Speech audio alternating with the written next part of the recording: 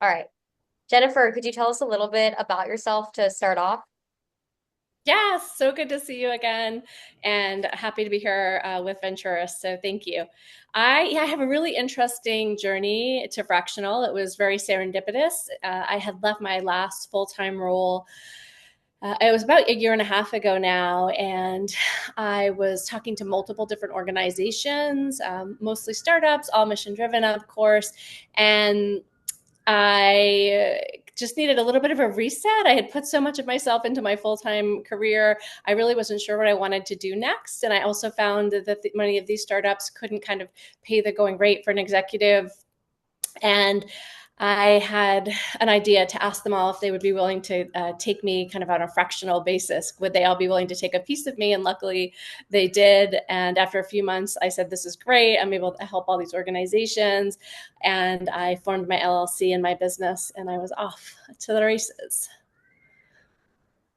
That's great. I love that. How do you find that you balance multiple engagements at once while ensuring each company gets the attention it needs, etc.? Yeah.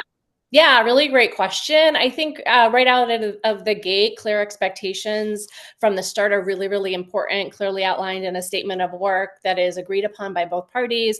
I think regular touch points and KPIs, checking in on KPIs on a regular basis really helps. I often do weekly, depending on the project, sometimes more than that, sometimes less than that.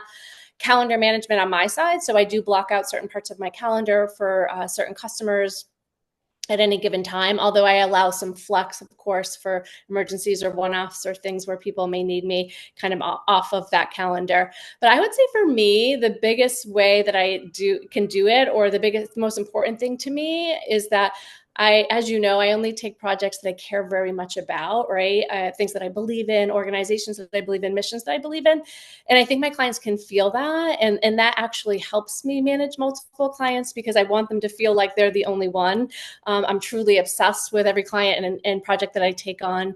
I think they can feel that, and it helps them and me uh, be able to kind of, understand me working on multiple projects at one time. I love that you use the word obsessed.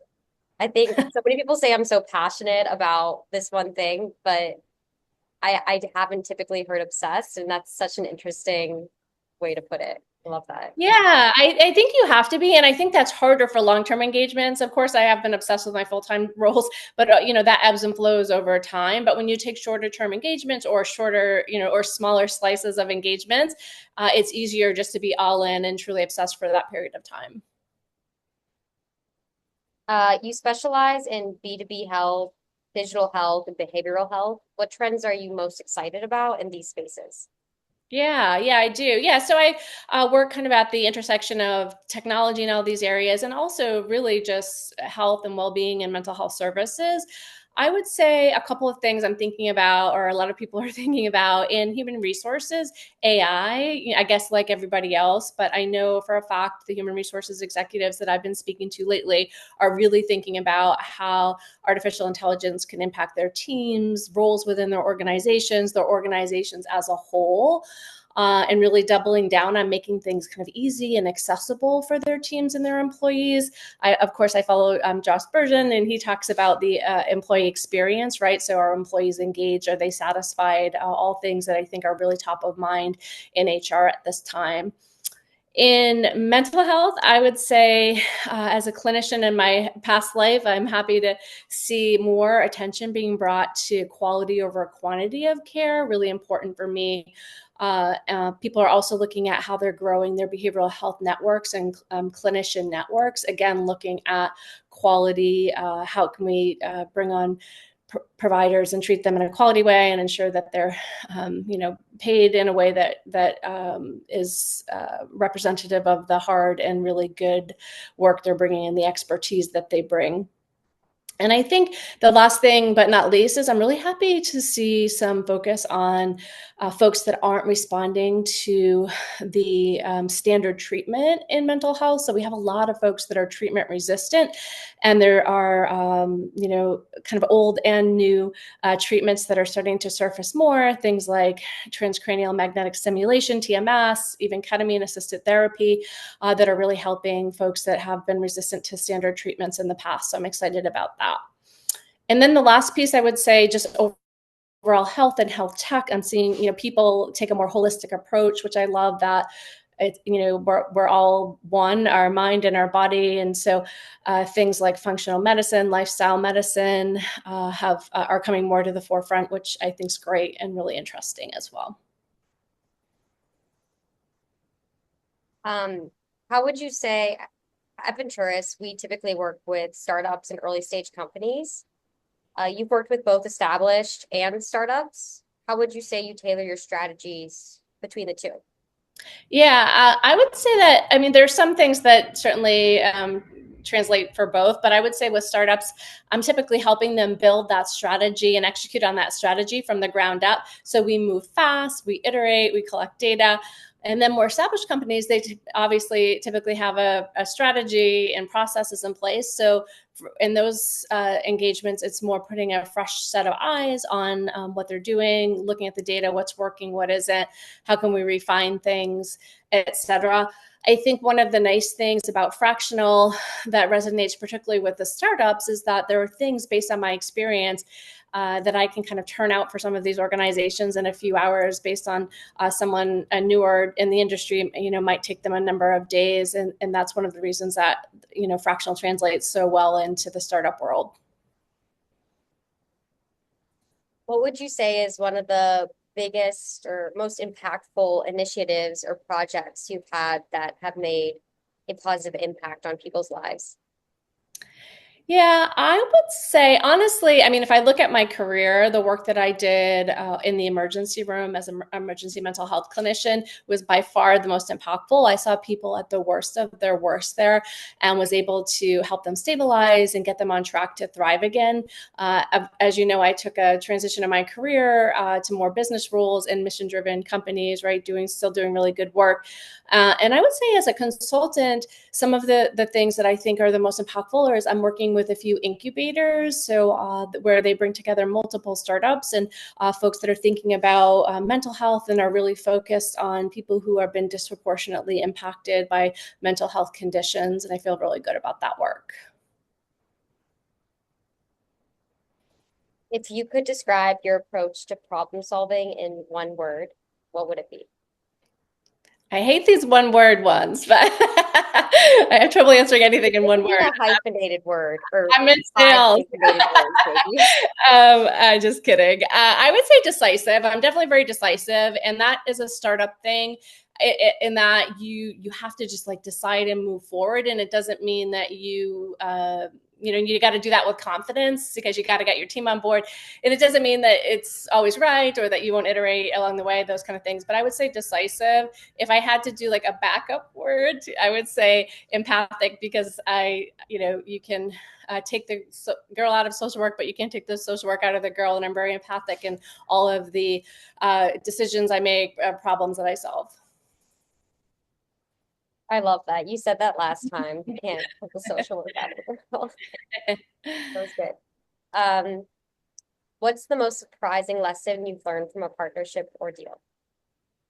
Yeah, I would say it's how important it is to align on not just the what, but the how, particularly when you're partnering across cultures and industries and regions like I do as a global leader. For example, I worked on a global partnership where both sides were really fully aligned on the commercial goals and even like the value that we wanted to deliver to the customers. But what we didn't anticipate was how differently we approach kind of speed, communication styles, decision making. And so I think really that's taught me to focus on not just the what, but the how. Now I really push as much focus on understanding kind of operating rhythms for companies, cultural nuances, and ways of working as I do on kind of what the commercial and the strategic goals are. I think this, more holistic approach has really led to stronger and more resilient partnerships that, can take on challenges more effectively. What is one daily habit that you credit for keeping you focused and high energy throughout the day, making impact? Yeah, this is really easy. It was, and I do a lot of self-care. People will tell you that this, coming from a background in mental health, I really believe in, both for me and the teams I work with, self-care is so important. But it's my daily walk. It's a non-negotiable. It's not always in the morning. It often isn't in the morning. Sometimes it's at lunch. Sometimes it's in the evening. It depends when I can get a slice of my day, but it's become my really go-to time for I listen to podcasts, I take calls, or I just take it as time to kind of step away and think about anything going on in my life, challenges. Um, without distraction, it's just me with my AirPods in, and that combination of really kind of movement and mental reset really helps me stay clear-headed and energized, even on my real busy days. It's a priority for me. So now I have to ask, what's your go-to podcast? I listen to quite a few, Okay. but there's one podcast that I really like. It's called Pivot. It's kind of about tech and business. Oh, great. I'll check it out. Yeah. If you had a fractional survival kit, what unconventional tool would be a must-have item? Yeah, I would say it's interesting because obviously I'm very tech forward in a lot of ways. I work with technology companies and I have to be, but there's a lot of things that I'm kind of old school about. My kids would say that I'm old school. I write a lot of things down, but one is a whiteboard. So I would say I thought about this one. I have a big whiteboard. I use it regularly. And of course, I use virtual whiteboards with my clients and customers sometimes. But as a fractional leader, I'm always stepping into these really like fast moving environments, and we need to quickly come to kind of clarity, alignment. And I'm a visual person. So for me, whether, I'm mapping out a go-to-market strategy or visualizing a partnership ecosystem or aligning cross-functional teams, just having a space for me to be able to see kind of the big picture. Sometimes I put on it like things I need to do for the day, but I still use a good old whiteboard. It's reliable. I love Yes, it is. it. So at Venturous, we're redefining what work can look like for executives and for companies. What would you say is the future of work? Yeah, I thought about this question. I know I'm supposed to say fractional, and honestly, I do believe fractional is the way of the future. I wouldn't be doing it if I didn't, but I think it's multifaceted, right? So, of course, I think companies, particularly startups, that are able to bring in very experienced executives in a way that makes sense for them, from a strategy and budget perspective, really is, the gold standard. It's amazing. But I think there's a lot of things to think about with the future of work. I think about this a lot because I work with employers, right? And with human resources folks. But I think things like flexibility, which of course comes into play with the fractional work, certainly technology. I think well-being, a lot of companies are really focused on well-being. How can they provide the support that their employees need to bring their best selves to work. Continuous learning is another one. I'm a lifelong learner. I have, a bachelor's degree and 2 master's degree. I would keep going if we had more money or somebody would pay for it. But I think that's really important too for organizations to think about how they're providing these opportunities for their employees to continue to learn. And then the other one that's huge for me is purpose. And I was really excited, probably coming out of COVID, that there was this real focus on purpose, that folks were leaving jobs that they didn't feel like were aligned with their purpose. And they were really kind of empowered to do that. I think, and as you know, I really only do work with companies that align with my values. I'm lucky to be able to do that. But I would say that I think in the current day, the market's changed some. And unfortunately, I know a lot of really highly qualified folks that have been victim to a reduction in force this year with tech companies and other companies. I actually was reading a report in Forbes that I think it was this morning. It said it's the worst start to the year with layoffs since 2009, which of course was the Great Recession. And so people, I think, are not being able to be as picky about what roles they take. So I hope that, and I know it will kind of correct itself over time. But at the end of the day, I think the future of work will involve more organizations becoming kind of mission driven, with employees being able to align with companies whose values really resonate with their own, and the focus will shift towards really purpose-driven work and goals, and companies will continue to take a more active role in societal changes, sustainability, things like that. Okay, so I think we should manifest that. I like that answer a lot. We will. Let's do it. I agree, though. I think, yeah, a lot of people That are and warm weather. that and warm weather, exactly. Yeah. And more eggs. More eggs. Yes. Okay. In 3 words, how would you describe a fractional lifestyle? What it means to you? Yeah, I would say flexible is the first one. That was the other thing with that. When I transitioned to fractional, my youngest son, who'll be going to college next year, had a busy travel season of baseball where he was all over the country, and I was able to travel with him and work and go to his games and be present. And so the flexibility is awesome, right? I'm still working quite a bit, but I'm able to really flex it in a way that it works for me and my family. Impactful because I'm able to, again, work with multiple mission-driven organizations. So really, instead of just putting all of my energies into helping one organization, have been able to help, 10 or 12 over the past year and a half, more in running, I would say. And it's empowering, it really allows me to focus on what I'm best at. So bring the best of myself to every organization. And then, I really feel valued because they're so happy to have that kind of piece of me at the organization. So flexible, impactful, empowered. That was great. All right. Good. We did it. Fast and Yeah. dirty. I like Yeah. it.